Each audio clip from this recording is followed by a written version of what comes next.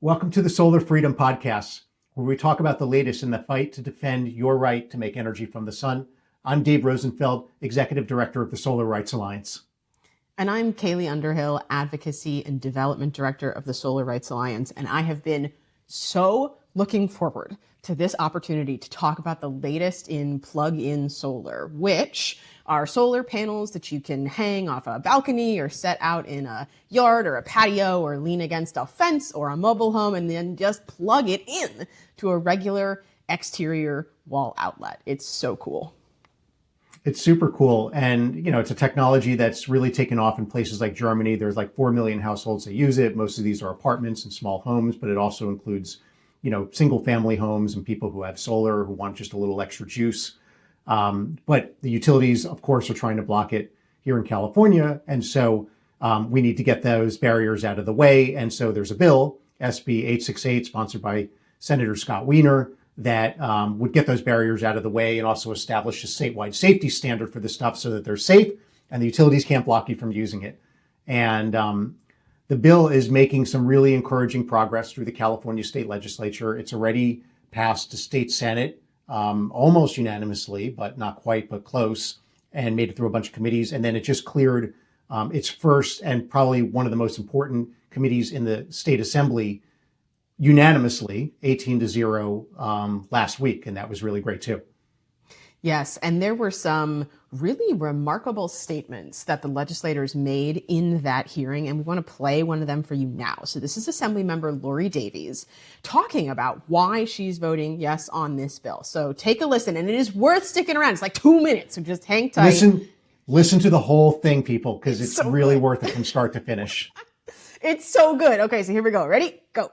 I first want to say thank you to all the California residents that showed up today. It's very refreshing, I think, for members to have your voice and, make the drive. I just listened to the different cities where you came from. So some of you came from a far away and some are a little bit closer, but your voice does matter. And it's refreshing to have you here. Not that we don't love our lobbyists, but and yes, there's seniors that want air conditioners and there's women that have menopause that want air conditioners.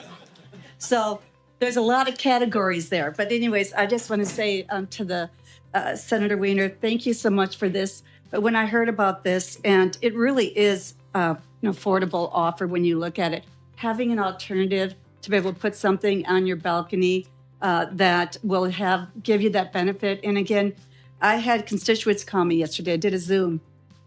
They were from the North San Diego area, and one was a senior who lived in a condo, and she's basically, has a subsidized income. She's like, I can't afford these utility bills anymore. And I hear that from my neighbors. And she goes, this will give me the opportunity to hopefully stay in my place, not have to sell it. It's a good investment. And then I had another gentleman that owned apartments, and he lived in an apartment. He said, this will help me and my family. He goes, but I'm going to install this into all of the apartments that I have that have the balconies so that they wouldn't have to pay as much for utilities. And I think that's an investment. And just hearing that, to me, we talk about affordability, and this is really an opportunity to allow everyone to have this opportunity. And there's a lot of times where we get the heat coming, we get that hot sun where it can go up high. But now I'm like, well, it's actually worth having that sun because we can use it to our advantage. But I'm really pleased to see this. I thank you for bringing it forward. I would be honored to co-author this as well, and I'll be supporting it. Thank you. So that menopause joke was just hilarious. And I have to say, by the way, I have watched a lot of these hearings, and rarely are they this funny. And this wasn't the only legislator who cracked like a good joke in this particular hearing. But in that hearing, there was this huge line of constituents who had traveled all the way to Sacramento, tons and tons of people who had traveled all the way to Sacramento to stand up there at that microphone and say, my name is, The line was like not just like from the front to the back, but then it would snake out back to the front. So some people, their back was to the committee as they were like going through the line. And the committee members were like, oh my God, I have not really seen this. Either ever seen it or seen this in a long time. Right, exactly. So it just goes to show you how popular this bill is, how excited people are about this concept. So people line up to this microphone and they go to, introduce themselves and say, my name is, and I'm from, and I support this bill. And someone got up and said, my name is, and I'm from, and I represent old people who need air conditioning. So right. So this is Laurie Davies responding to that by saying, it's not just old people who want air conditioning, it's women with menopause too. And just that kind of that almost play with constituents, because this is such a joyous, exciting thing that you can sort of feel legislators get excited about. Yeah, and to be clear, if you watch the clip, she's talking about that she met with 2 constituents who shared with her why they want this bill to pass and how it's going to impact them and their neighbors and people who they know. Those were solar users working with the Solar Rights Alliance, who just a few days before had met with her in a Zoom call. And that was a planned meeting. We put that together. Those 2 solar users stepped up to do that meeting. And people should know that almost every single member of that committee had a similar meeting with their constituents a few days before that vote, where similar things were shared by people like you. And over in the state Senate a couple of months ago, where the bill traveled through 2 different committees, again, the same exact thing happened, that constituents like you met over a Zoom with their legislator or someone on their staff just a couple of days before. This is on top of the thousands and thousands and thousands of phone calls that people like you then made to their offices, as well as the positive media coverage and lots of other things that were going on. So credit to Assemblymember Davies, of course, for just recognizing the power of this bill, to listening to her constituents. Credit to you and people like you who have bothered to make those phone calls and bothered to show up and do those meetings with your elected official. And as you could hear her say, they talk to lobbyists a lot, but it's actually you who is the best lobbyist if you bother to show up and use your voice. Right. And none of this is happening magically. There's nothing is just occurring, right? This bill passed its first Senate committee 7-0, its second Senate committee 14-0, the Senate floor 35-1, and then this first, as you said, really important assembly vote 18-0. I mean, this thing is sailing through, and that's not just happening. That's the direct result of tens of thousands of people. It's incredible. This is really important for people to understand. Just like Taylor Swift makes it look easy, right? Yes. But it's not, right? If you've seen any of her documentaries, you know that it's not. You're making it look easy, but actually, for those of us, Cailey and I included, who are getting a front row seat to the sausage making that's going on in the days and the weeks before each of these votes, we can tell you, we all have almost lost everything, almost every step of the way. Mm-hmm. The utilities and their lobbyists are scribbling behind the scenes, doing all their stuff. A lot of elected officials are hemming and hawing, or we're not really sure. There's poison pills and amendments that are getting proposed. Mm-hmm. And what's going on is that your calls, your meetings, we have a great team of experts, really good safety experts who are also in the mix talking to legislators and giving them facts to counterbalance the misinformation that the utilities are giving. And we're just basically fighting for each vote one by one. And then, as luck would have it, and hard work, when we get to the actual vote, the die is cast and things go in our favor. But that is hard work. Right. And this moment when Davies is talking about these constituents who sat down and met with her, that meeting, those types of meetings, are called lobby meetings. And again, they don't just happen out of nowhere. And we actually have developed a program, a system for these lobby meetings where we help people like you, even if you've never done it before, sit down, talk with your legislator. You'll know how it's going to go, what you're going to say, when you're going to say it, and why. And then you're in the meeting. We're in the meeting with you so we can answer any wonky questions that come up. And the impact of these one-on-one or small group constituent lobby meetings cannot be overstated. And you can see it right there in that clip. And so we're really excited because our special guest today is a Solar Rights Alliance member, a solar user, who had never done one of these lobby meetings before and gave it a whirl. As she says, when we sent out the email to say, hey, are you interested in this? she clicked yes. And so she encourages you all to just click yes. And so we'll hear that in her own words. So here we have Carol Hart. Welcome, Carol. We're so excited to have you. Thank you. It's an honor to be here. Hello to you both. We're honored to have you here, Carol. And getting rooftop solar, obviously, we're all of us here, it's kind of a no-brainer. It's a great way to save money on your electricity bill and free up resources for other things that are important to us in our lives or essential for that matter. You've done this additional step of advocating, and before you did, the more recent thing where you actually were lobbying your state senator in an actual meeting. You've been active online. You've written letters. You've made phone calls. And not everybody does that. A lot of people, they just get the solar and they go, great. But you've taken this extra step. Can you talk a little bit about why you made that decision to do more than just benefit from your solar, but actually, advocate to defend your investment and then expand it so that more people can take advantage of it? That's a really good question. Many components to that answer.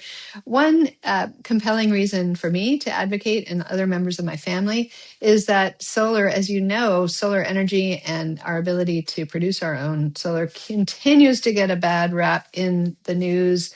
I'm mostly coming from I won't name names, but a lot of utilities and other institutions that are making less money. Let's face it, because solar producers are making their own. I want to help. I feel compelled to continue the correct language and the accurate language about solar to hopefully keep everyone's minds on the facts, on the logic behind it all, and not on the propaganda that is being spewed by certain people and organizations.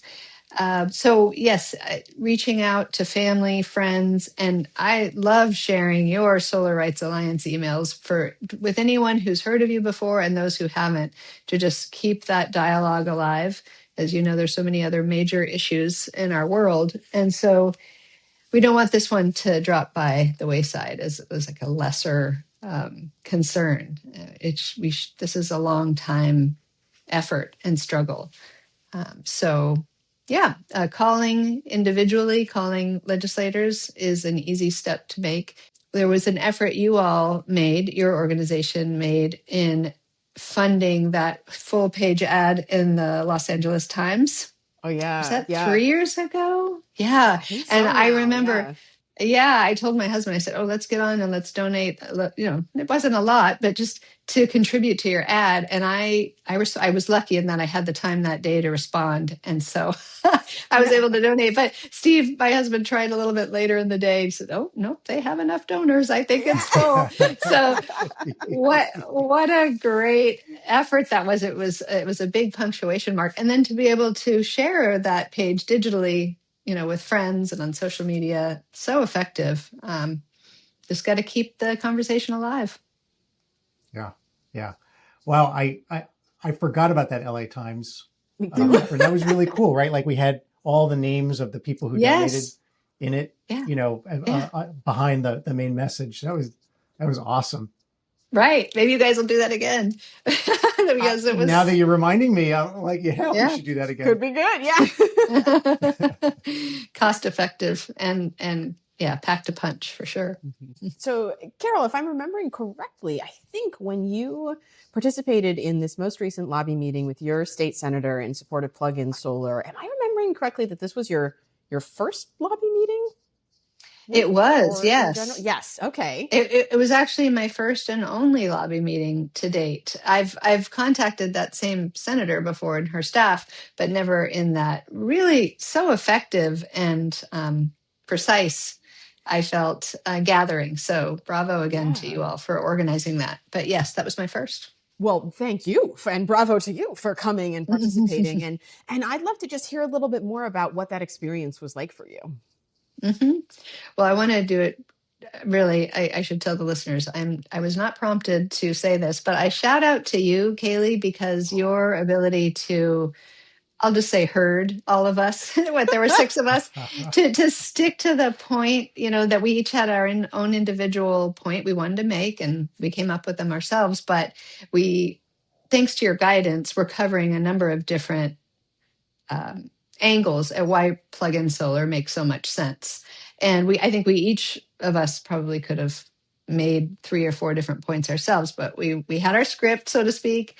And, and I chose one that no one else had, just because why not? And that is having a family member who's a renter who, why not give family, especially younger family members, a gift perhaps, or a contribution towards their own ability to, right, cut down on their high electric bills and have plug-in. So that was my one statement. I could have made others, but it just felt, like I said, very efficient. Efficient use of not only our time, but very importantly, the senator's staffer, who fields many calls every day, and this.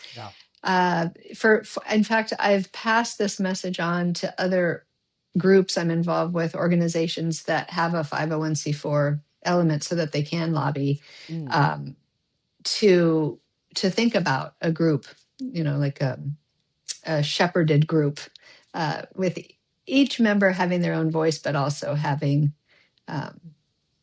some guidance from a staffer, mainly you, to keep us on track and on time. I would gladly participate in another one, in another lobby effort, whether it's with you all or another 501c4 I'm involved with. And I'll keep spreading the word about it. Well, thank you. I mean, first of all, just really appreciate your kind words and your willingness to give it a whirl when you've never done it before. And, I think you're totally right. People do find that having a nice, clear structure for these lobby meetings where there's a goal and there's a plan and everybody has their role to play and everybody knows what that's going to be before they go into it, because we have a prep session where we walk through the issue, we walk through the bill, and people get to workshop what it is they think they want to say. So there's no surprises. There's a plan. There's a quarterback in the meeting who knows where the ball's going to go. That seems to work really well for people. So thank you. That's great feedback. And I'm curious too. I think we have a lot of folks like you who have never lobbied before, and maybe they see the email come in that's like, okay, we have a meeting scheduled with your legislator. Do you want to come? And they're thinking about clicking that button saying, yeah, I'm interested, but maybe they're nervous or they're not sure because they've never done it before. I'm just wondering if you had somebody like that in front of you, someone who's like maybe willing to give it a try but hasn't yet. Is there anything you'd want to say to them? Yes, actually, I experimented a little bit and did that very thing when I forwarded your email to family, and I mentioned this to you, Cailey, in person when we met. Right. But forwarding the email to people I know well, who, like me, are inundated with requests, right? Every day in email. How many surveys and advocacy efforts do you pass by because there just isn't enough time in the day to do it? But the advice I would give, and I gave to family, was just click yes. And it's actually remarkably easy. And you'll feel good about the time you spent. And if it ends up not working out time-wise, that's okay. Just take the step of clicking yes on this particular effort, again, because it's just such an effective and efficient use of time and energy, and your voice is heard. And you do have that eye-to-eye contact with the staffer, or I guess in some cases you've met with the actual assembly member or senator, and that makes a big difference. So it sure does. Yeah. And the data bears that out, that when we have one of these lobby meetings, either with staff or with the legislator themselves, it can be the difference between whether or not a legislator votes, for or against what we're asking them to do. And I got to say, Carol, I feel like just click yes now needs to be our new motto. I think that's just the title of this podcast episode. Just click yes. I love that. Very creative. Okay, good. You're welcome. Why not? One thing I do like about the just click yes is, like, I think you mentioned this, there's a lot of strength in numbers. We talk about that a lot. And I think sometimes, I know myself in my non-professional life, when I'm asked to volunteer, the thing that holds me back is, like, I'm not sure that I can follow through on the commitment because I'm just busy. I have a family, who knows what's going to come up. there is strength in numbers. Just by telling us this is something that you would be interested in, if the scheduling works out, is useful for us to know. We will cast a wide net. There will be lots of other people in your area who will be interested in it. If the particular thing just doesn't work for your schedule or something comes up, it will be fine. There will be other people to cover for you. But in the end, having you there would be really, really impactful. And it's just good to know that this is something that you could do if it lines up. So yes, 100%, just like say yes if it's something that you think you might want to do. And don't worry about the details. We got you. And you've got other people in your area who got you too. Yes. And I would add too that perhaps one of the hesitations on just clicking yes is that, well, what if the staffer comes back at me with a question? I really am stumped and I'm hurting the cause at that point. That's where the safety in numbers comes in that you just mentioned, Dave, is that, well, first of all, we have you, the specialist, but we have a number of other constituents who have their own expertise, and they're the question will be answered appropriately. So you don't have to worry about being stumped. Yeah, and nobody's going to be sent into a lobby meeting alone. It's not like you're going into the breach by yourself. We're going to be there with you. We're going to make sure there's other people, either from your area or an issue area expert or both. So no one's just going to go in by themselves. I do think that is a fear that some people have, that they're going to mess it up. And it's basically that is something we're going to make sure is totally, totally set and you're ready to go and you got the support and the backup you need so that just doesn't need to be a concern. You could also say, and leave the driving to us, right? There's another catchy phrase because some people, there's that hesitation of, oh, okay, well, I'm on Zoom a lot, but man, I have technical difficulties sometimes. And what if I lose my connection? And then there goes that effort. But yeah, your organization covers that so well. And there's always a fallback. So it's another safety net, if you will, for being able to click yes. Yeah. You were really good in that meeting too. I mean, there were the others, that meeting, I remember it with your senator. It was very, I mean, your senator is a very important person. This is, the leader of the state Senate and was very key in getting the plug-in solar bill through the Senate, which did happen. It was successful. And as I recall, you and your other, essentially neighbors who were there, I mean, everyone had a little bit of a different thing to say. You could tell that the staffer, we knew that there's lots of people making phone calls. And so what you did was you put a face on it, and it was a very good face. It was like, okay, everyday people, voters, constituents with very, very good reasons. We had answers to all the questions. And is that what did the trick? We'll never know. But certainly I think we personalized the issue for her office in a way that I don't think anyone else was able to do. And so just, hats off to you. We're just so grateful for everything that you and everyone does to defend your right to make energy from the sun and try to make it easier for other people to do the same. That would be my take home point for your listeners is trust the process, trust your guidance. And it really is not a big ask. And it's a good learning opportunity too. Just like all of your other efforts, we can plug in to your efforts. How about that? I love that so much.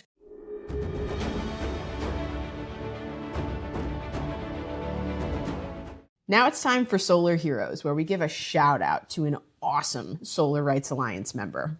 Yeah, so the solar hero for this episode is Caitlin, who has been doing a lot of lobbying of her legislators, as well as making phone calls to her legislators. She just does a ton of stuff. And it's all the simple things that we talk about all the time about just stepping up, saying yes, and using your voice. And so, Cailey, why don't you tell us a little bit about Caitlin? Yeah, so Caitlin is one of these awesome folks where she's done so much and been involved at so many levels so often that I don't actually remember the first time that we met or the first time that she took action. But what comes to mind, quick story time, is this streamlined permitting effort in her city, which is Irvine. And Irvine is, for anyone who doesn't know, it's a big city. There's a lot of people there. There's a lot of solar there. And like many other cities in the state of California, it would often take a long time for people to get a permit for their solar or their storage. And a law was passed where all cities and counties had to get streamlined, automated online permitting that was instantaneous to speed up the process and help cut costs. And most cities just didn't know that the law had been passed or what they needed to do to comply or that there was funding available for them to do it.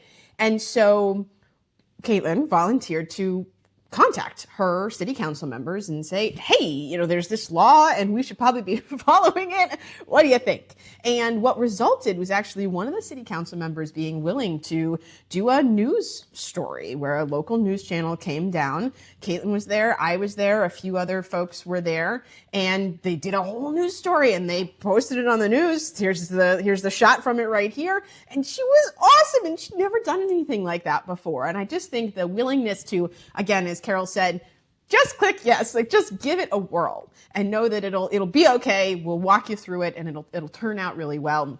This is just a great example of that. And Irvine did indeed wind up complying with the law. So it's just incredible what Caitlin has been able to do over the years and the ways in which she has just said yes and gotten involved in things. Yeah. We're really grateful to you, Caitlin, for all the stuff you've done. And I think I want to underscore, it's all quite simple. Most of the time, it doesn't take a lot of time.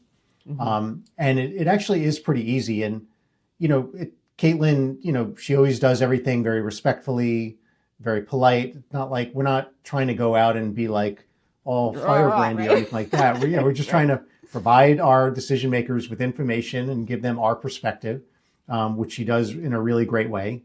And so thank you, Caitlin, for everything that you've done.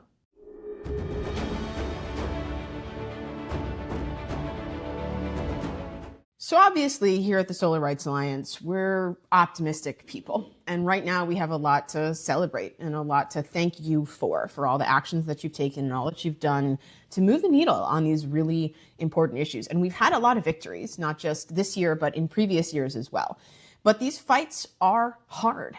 And sometimes they don't wind up the way we want them to, even when we do everything right. And an example of that is AB 2389.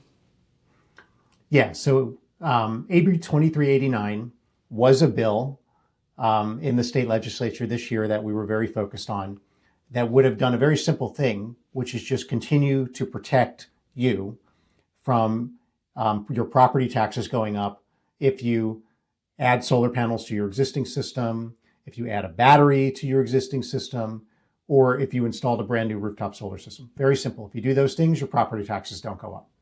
And that's been a longstanding protection for 40 years. But every couple of years, the legislature has to renew that protection. And this was the year to do it. And AB 2389 was the bill to do it. And unfortunately, that bill got killed. And so starting next year in 2027, if you do any of those three things, then your property taxes could go up. And so that's not good. And it wasn't that we didn't work very, very, very hard to try to pass that bill, right? Yeah. And it wasn't that you didn't work very, very hard to try to pass that bill. I mean, tons and tons and tons of people were calling their legislators on this. We're posting to social media about it, tagging their legislators even, taking that extra step to make sure legislators really got the message on all these platforms and through all these channels. And these same lobby meetings that we've been talking about with plug-in solar, you did that too for this property tax bill. A ton of them, over and over and over again. Yeah. Yes, we've done dozens and dozens of these. And folks had just as many compelling, thoughtful stories about how a property tax like this would impact them or people that they knew. I mean, it was just as good. And yet it was not successful in the way that we had hoped and in the way that really it should have been. And sometimes that is the case for circumstances that we simply cannot control. And that is part of what happened here. That's right. And to be really, really clear, so I'm pretty sure that where the bill died was in the Assembly Appropriations Committee. Mm-hmm. And mm-hmm. I'm pretty sure that absent other factors, the votes were there to pass the bill. I'm pretty sure there was enough grassroots pressure that the legislators themselves were like, yeah, of course, I wouldn't want to do that. But here's what we're pretty sure happened is Governor Newsom, the Speaker of the Assembly, Robert Rivas, and the chair of the Appropriations Committee, Buffy Wicks, are the three really the most powerful politicians who can, if they decide that a bill is not going to go through, they just decide it. Mm-hmm. And when that happens, then there isn't even a vote. The bill just dies quietly. And we couldn't stop them from doing that. And so that's that. Like sometimes you can overcome that kind of thing. And we did that last year because in that case, both Gavin Newsom and Robert Rivas did want to break your solar contract, your 20-year protection.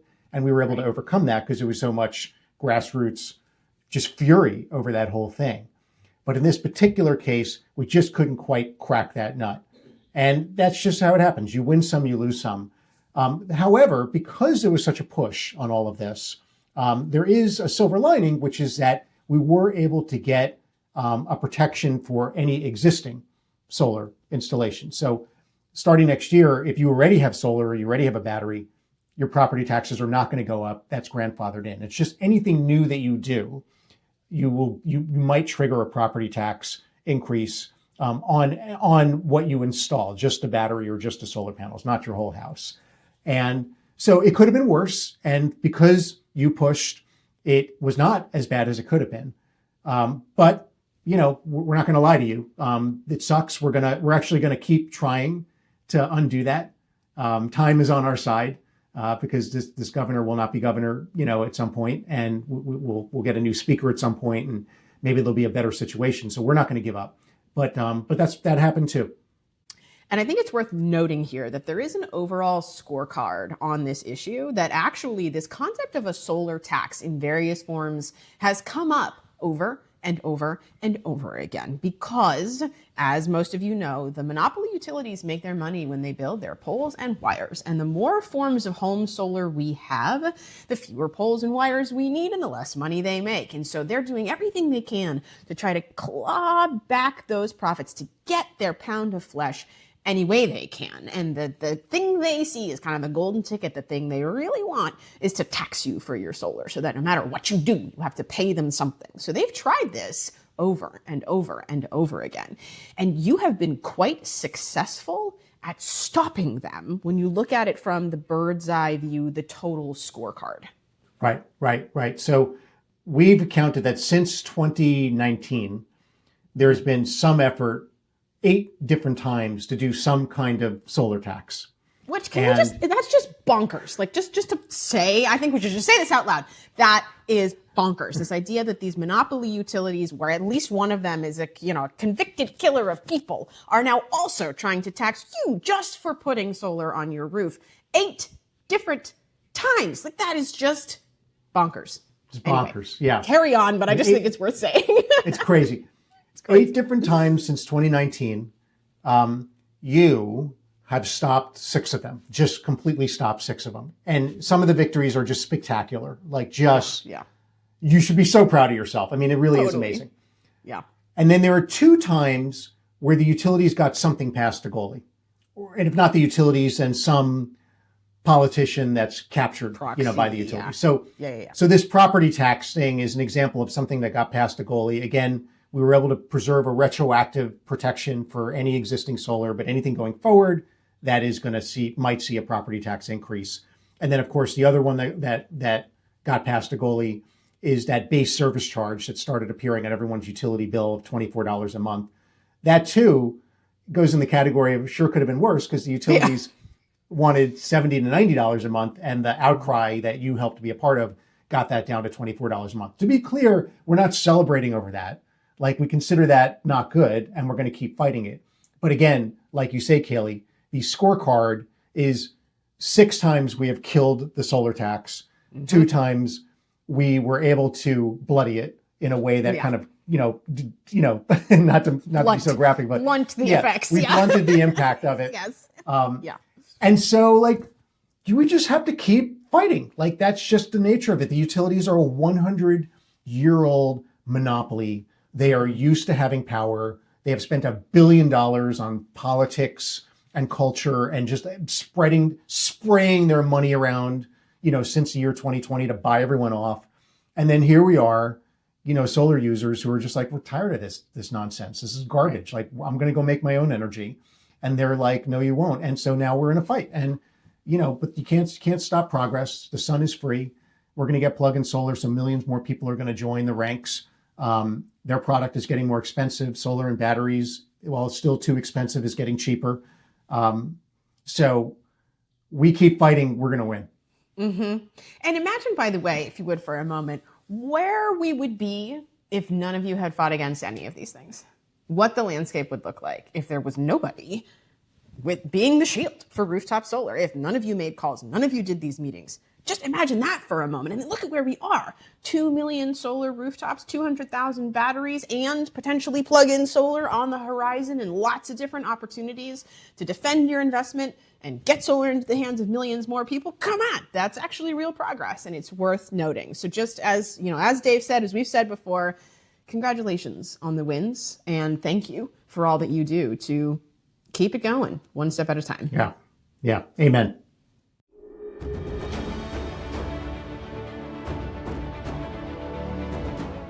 So given this scorecard and given where things stand now, there are actions that you at home can take to help bring safe plug-in solar to California through SB 868. And we will keep you posted on ways that you can help stop future solar taxes and also ways we will continue to fight back against this property tax. But for now, when it comes to plug-in solar, this bill needs to pass through at least one more committee and then the full assembly floor vote before it then goes to the governor's desk to hopefully become law. So there's still lots of things you can do, lots of ways you can take action. First and foremost, if you have not yet called your assembly member to ask them to vote yes on SB 868, please do that now. We have the link right here on the screen where you can both write and call and then take a bunch of other actions. And then if you are at all interested in lobbying with your elected official, in coming to one of these meetings, which happen on Zoom, which will train you and prepare you for and be there with you, please click this link right here. This one, it's also in the show notes for this episode, but it's also right here on the screen. Please, as Carol said, just click yes. And thank you for all of your efforts. It really does make a difference. It really does. Again, none of this progress is happening magically. It's happening because of you. All right, that's all we got. Let's get plug-in solar over the finish line, and otherwise, have a great summer. Thanks, everyone.